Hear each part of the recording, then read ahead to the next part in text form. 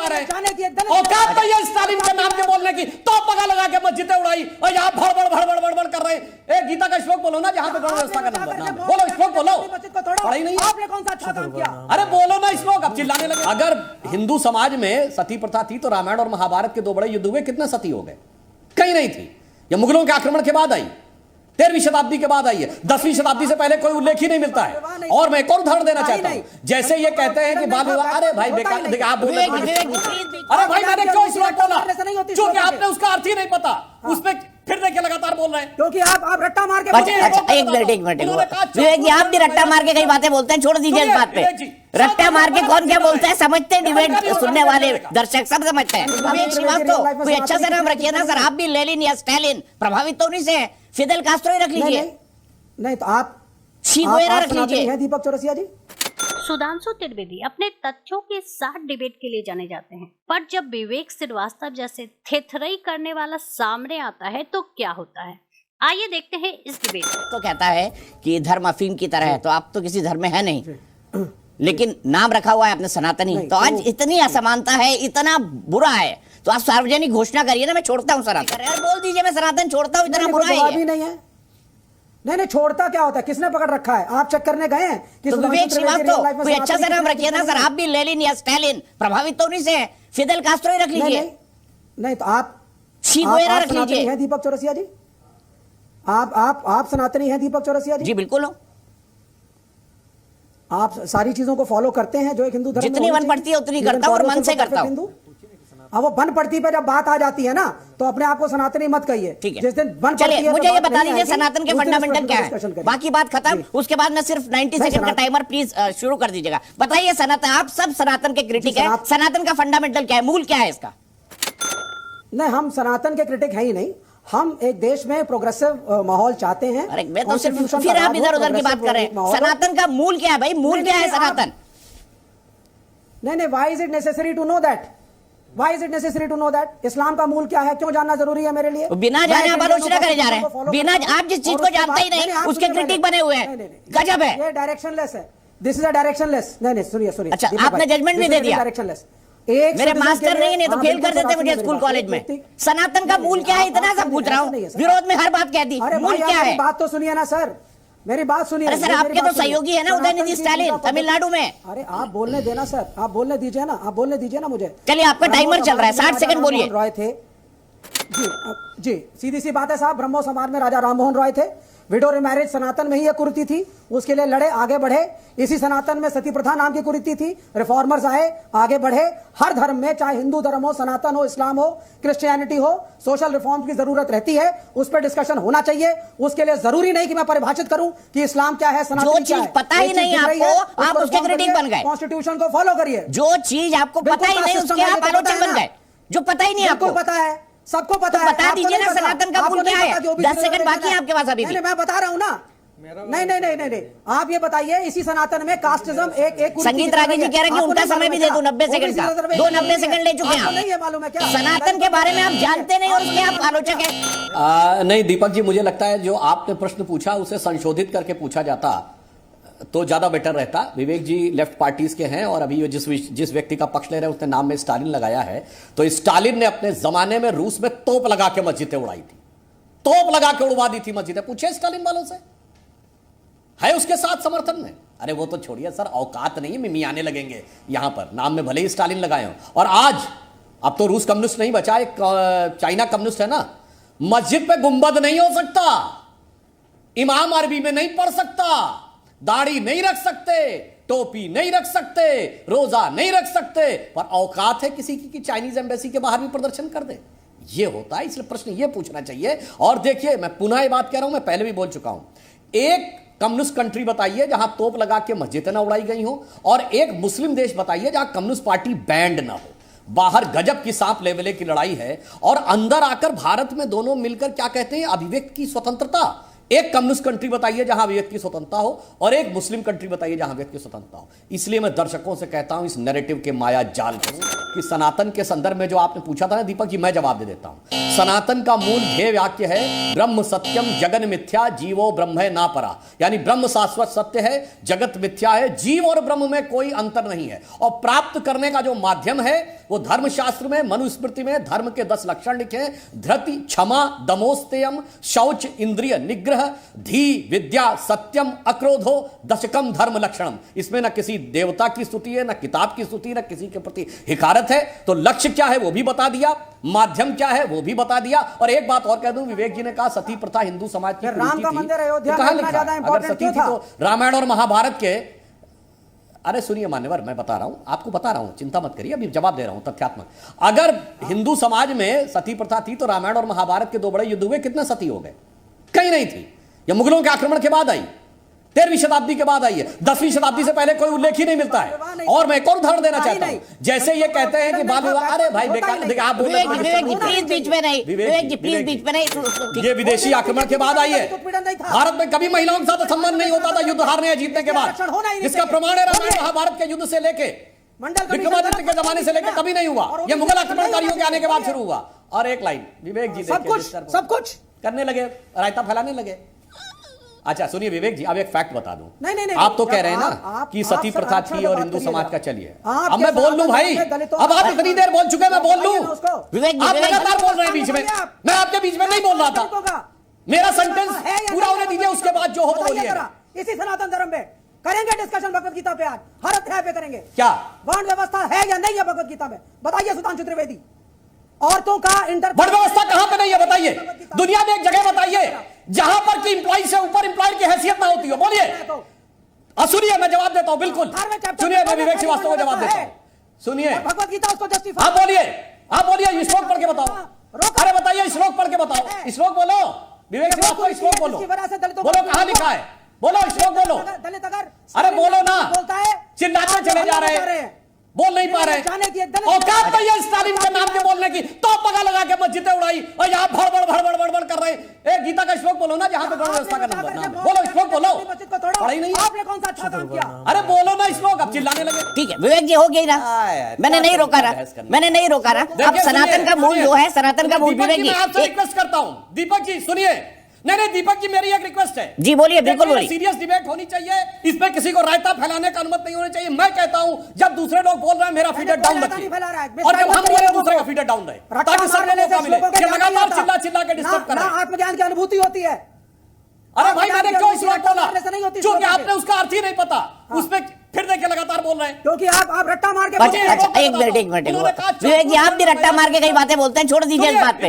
रट्टा मार के कौन क्या बोलता है समझते हैं, डिबेट सुनने वाले दर्शक सब समझते हैं। क्वेश्चन ही ना करो सरकार। नहीं अपोजिशन क्यों विवेक जी, आपसे मैं एक बात कहूं, आपने बड़ा दुखी होकर कहा था सती प्रथा की बात, तो मैं याद दिलाना चाहता हूं, इंग्लैंड में तो यूरोप में विचक्राफ्ट एक्ट था, पार्लियामेंट से पारित एक्ट था कि जिस समय औरतों को चुड़ैल घोषित करके जला दिया जाता था।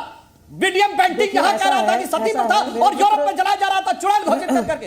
विवेक श्रीवास्तव बताया आपको? वो तो नहीं पता होगा। नहीं सुनिए आप मेरी बात को ध्यान से। अरे सुनो भाई, विवेक श्रीवास्तव नाम सुने हो विचक्राफ्ट एक्ट का? मैंने आप सुनिए, कब हुई है? 1952 तक रहा है। जब भारत में तो, अरे भारत में तो भाई कांग्रेस की अध्यक्षा रही महिला, और इंग्लैंड में विचक्राफ्ट एक्ट था। अच्छा एक कम्युनिस्ट कंट्री बताइए जहां महिला अध्यक्ष रही हो, बताइए आज तक एक कम्युनिस्ट कंट्री बताइए जहां महिला हेड ऑफ द स्टेट रही हो। बात में करिएगा, बोलिए, जवाब दीजिए। कि यहाँ कोई समस्या कभी थी नहीं, और अगर समस्या नहीं थी तो मेरे माननीय मित्र कांग्रेस और कम्युनिस्टों ने, वो समस्या आप लोग जैसे लोगों की वजह से थी आजादी के बाद। क्या आप उसके खिलाफ हैं? क्या आप उसके खिलाफ हैं? क्या सनातन धर्म में? अरे भाई कम्युनिस्ट कहां से आ गए भाई? हमने दलितों, ए भाई कम्युनिस्ट कहां से आ गए? आप सुनिए पहले, जहां ए भाई ज्योति बसु ने कहा था आरक्षण की जरूरत नहीं है। ए कम्युनिस्ट कहां से आ गए भाई? अरे सुनिए आप पहले, ए कम्युनिस्ट कहां से आ गए? सुनिए पहले श्रीमान जी, सुनिए पहले। अरे भाई पहले ये बताओ, अच्छा अरे पहले बताओ, स्टालिन ने जो मस्जिदें उड़वाई थी वो सही था कि नहीं? कम्युनिस्टों के कहने पे नेहरू ने देश, और ये धर्म को अफीम मानने वाले सनातन धर्म पे बहस करने लगते हैं। गीता का श्लोक बता नहीं पाए। हाँ ऐसा नहीं। अच्छा गीता का श्लोक बता दीजिए, उसके बाद बोलिए। अध्याय में चले जाइए, या मैं ना कोई, मैं आपको साफ साफ बता दिया। नहीं 18वें अध्याय में नहीं है भाई। वर्ण व्यवस्था जाति प्रथा थी। अच्छा श्लोक बोलो ना, है बोलो ना, शर्मिंदगी की जरूरत है और आरक्षण देना चाहिए। अगर आप मुझे गलत समझते हैं तो कह दीजिए कि आरक्षण नहीं देना चाहिए, और कह दीजिए मंडल कमीशन गलत था, कह दीजिए आप। लेकिन यह सनातन की कुरीति थी। मैट्रिमोनियल कॉलम्स में आज भी इंटरकास्ट मैरिजेस को डिस्करेज किया जाता है। चाहे किसी पोर्टल पे चले जाइए इंटरनेट के, या अखबार का मैट्रिमोनियल खोलिए, आप खोलिए, बनिया में शादी, ब्राह्मण में शादी, दलित में शादी, ठीक है विवेक भाई तो विवेक श्रीवास्तव काहे लगाए अपने नाम के आगे विवेक श्रीवास्तव? और क्या आप भी विवेक भाव लगवाइए। क्या प्रोग्रेस के लिए फिर विवेक श्रीवास्तव क्यों लिखते हैं भाई? को एनकरेज नहीं करना और मैं बताऊं, तो क्या मंडल लागू करने के खिलाफ और अगर कम्युनिस्टों की वेस्ट बंगाल की सरकार थी, तो पेरियार कहां? एक बात सरकार जहां मंडल नहीं लागू हुआ, बताइए ना आप। सुनिए, ज्योति बसु की सरकार ने मंडल लागू किया था क्या? नहीं। जो आरक्षण के खिलाफ थे वो आज आके आरक्षण के पक्षधर बन गए।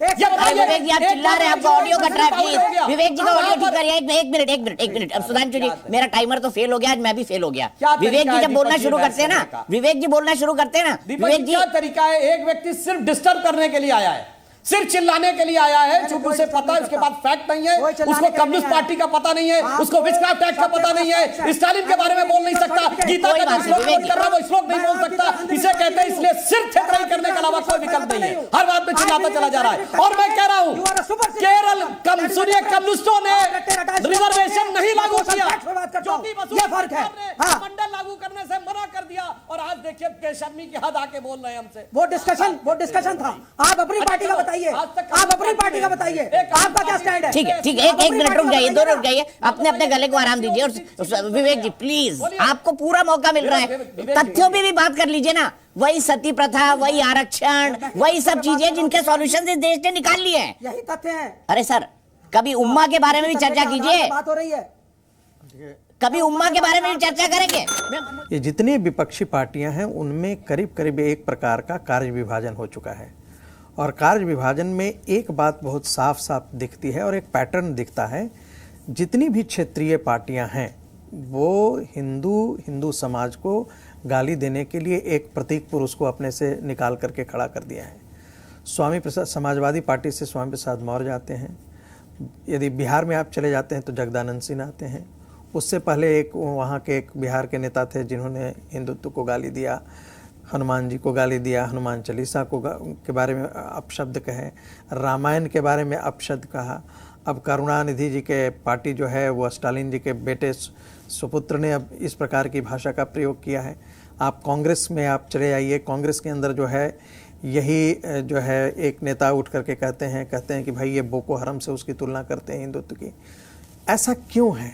ऐसा इसलिए है कि इनको लगता है कि हिंदुत्व की गाली देने से हमको मुसलमानों का वोट बैंक एक सॉलिड खड़ा होता है। दूसरी तरफ इनके पार्टी के बड़े नेता कहते हैं हम सारे धर्मों में समान आदर करते हैं, सारे विश्वास। आपने कांग्रेस के प्रवक्ता को देखा, लेकिन कांग्रेस में से कोई एक नेता ऐसा उठ करके खड़ा होगा और इस प्रकार की बातें करेगा। सलमान खुर्शीद ने बोको हरम से तुलना की थी। आप उत्तर प्रदेश में चले जाइए, समाजवादी पार्टी के नेता ने, एक तो ये। दूसरी बात जो इसका कारण है कि जो क्षेत्रीय पार्टियां का ये जो तीसरी पीढ़ी है उसे मैं बहुत ही अनपढ़ मानता हूं।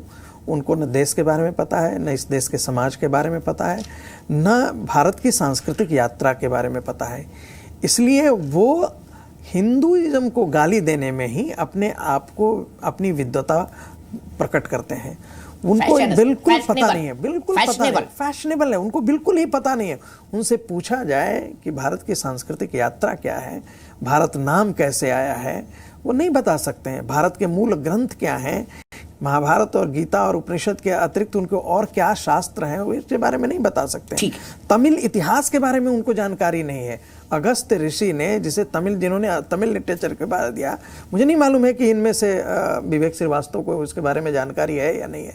जो व्याकरण वहाँ का है उसके बारे में इनको जानकारी होगी या नहीं है, मुझे नहीं मालूम है। लेकिन ये बड़ा फैशनेबल तरीका होता है। मैं तो पूछता हूँ, एक छोटा सा सवाल करके अपनी बात करते हुए, जिस प्रकार से सनातन धर्म के बारे में आप उलूल जुलूल रोज बातें कहते हैं और ये स्वीकार करते हुए कहते हैं कि हमें इसके बारे में जानकारी नहीं है, क्या आप ऐसी ही टिप्पणी इस्लाम के बारे में कर पाएंगे? क्या ऐसी ही टिप्पणी आप क्रिश्चियनिटी के बारे में कर पाते हैं? नहीं करते हैं। और ऐसा इसलिए नहीं करते हैं क्योंकि जिस दिन आप उसके बारे में ऐसी टिप्पणी करेंगे, सर तन से जुदा होने के नारे लगेंगे और आपके लिए जीवन जीने आपके लिए दुष्कर हो जाएगा, कठिन हो जाएगा। सनातन धर्म पर दिए बयानों को लेकर तमिलनाडु के मंत्री और डीएमके के नेता उदयनिधि स्टालिन के खिलाफ एफआईआर दर्ज कराने की मांग करते हुए सुप्रीम कोर्ट में एक अर्जी दायर की गई है। याचिका में हेट स्पीच मामले में स्वतः संज्ञान लेते हुए एफआईआर दर्ज करने के सुप्रीम कोर्ट के निर्देश का पालन नहीं करने के लिए दिल्ली पुलिस और चेन्नई पुलिस के खिलाफ अवमानना कार्रवाई की मांग की गई है। अर्जी में दिल्ली पुलिस आयुक्त, पुलिस उपायुक्त उत्तर पश्चिमी दिल्ली, नेताजी सुभाष चंद्र प्लेस थाना के एसएचओ के ग्रेड चेन्नई के पुलिस आयुक्त के खिलाफ अवमानना की कार्रवाई शुरू करने की मांग है। याचिका में तमिलनाडु सीएम के बेटे उदयनिधि के खिलाफ धार्मिक भावनाओं को ठेस पहुंचाने, हिंदू धर्म के अनुयायियों का अपमान करने और धर्म के आधार पर विभिन्न समुदायों के बीच दुश्मनी भड़काने के लिए एफआईआर दर्ज कराने की मांग की गई है। यह तर्क दिया गया है कि बयान भारतीय दंड संहिता के धारा 153A, 153B, 295A और 505 के तहत दंडनीय अपराध है। याचिका में सनातन धर्म के खिलाफ टिप्पणी के लिए तमिलनाडु के सांसद और पूर्व केंद्रीय मंत्री ए राजा के खिलाफ भी एफआईआर दर्ज करने की मांग की गई है। राजा ने गुरुवार को सनातन धर्म की तुलना HIV और कुष्ठ रोग जैसे बीमारियों से की। याचिका वकील विनीत जिंदल ने दायर की है। उन्होंने कहा कि एक हिंदू और सनातनी धर्म का अनुयायी होने के नाते उदयनिधि स्टालिन द्वारा दिए गए बयानों से उनकी धार्मिक भावनाएं आहत हुई हैं। आवेदक का आरोप है कि उदयनिधि स्टालिन का सनातन धर्म को खत्म करने का आह्वान करना और सनातन धर्म की मच्छरों, डेंगू, कोरोना और मलेरिया से तुलना करना नफरत फैलाने वाला भाषण है। उन्होंने कहा कि दिल्ली पुलिस ने नफरती भाषण देने वाले के खिलाफ मुकदमा दर्ज नहीं करके शीर्ष अदालत के आदेश का अवहेलना की है।